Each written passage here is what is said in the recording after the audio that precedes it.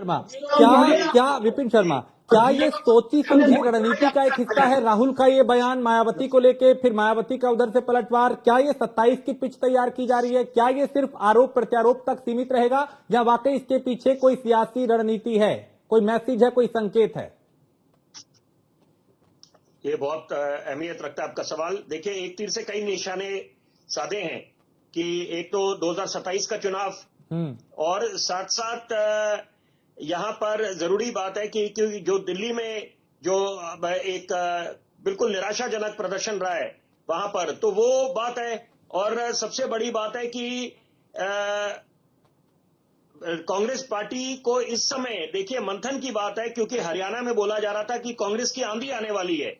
और यहाँ तो देखिए हम लोग तो निष्पक्ष होकर बात करते हैं और ये मुझे बड़ा दुख होता है, बहुत आपत्ति है इस बात से कि चाहे भाजपा हो चाहे कांग्रेस हो, ये मैं चाहता हूं दोनों आज सम्मानित प्रवक्ता यहाँ बैठे हैं, मैं इन तक एक बात जरूर पहुंचाना चाहूंगा कि मिसाल के तौर पे उदाहरण दे रहा हूं, अगर हम यहाँ पर सवाल पूछे भाजपा से तो भाजपा के प्रवक्ता, मैं आपकी व्यक्तिगत नहीं बात कर रहा, दोनों की, कहीं आप अन्यथा समझे मेरी बात को, मैं जनरल बात कर रहा हूं। और चर्चाओं में जब मैं भाग लेता हूं, अगर मैं भाजपा के प्रवक्ता से सवाल पूछूं तो भाजपा के प्रवक्ता उल्टा मेरे को बोलते हैं, अरे आप कांग्रेस के प्रवक्ता हैं क्या?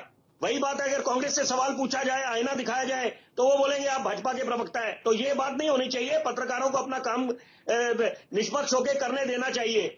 दूसरी बात है, जरूरी बात है कि 2022 और 2024 यहां पर सपा का प्रदर्शन बहुत बेहतरीन रहा है। तो मुझे लगता है इस समय बयानी जो ये जंग चल रही है उससे ज्यादा अच्छा होगा पार्टी के हित में, खासतौर पे वरिष्ठतम नेता अगर उस तरफ ध्यान केंद्रित करें कि कैसे संगठन को मजबूत करना है। और जरूरी बात है, अच्छी बात है, स्वागत योग्य है कि राहुल गांधी जी कि यहाँ पर बोलते हैं कि हमने युवाओं को सशक्त करना है। तो यहाँ पर ऐसे ना हो कि कथनी और करनी में फर्क रह जाए, कि युवाओं को अगर तवज्जो देना है तो मंथन करना चाहिए कि क्या कारण है।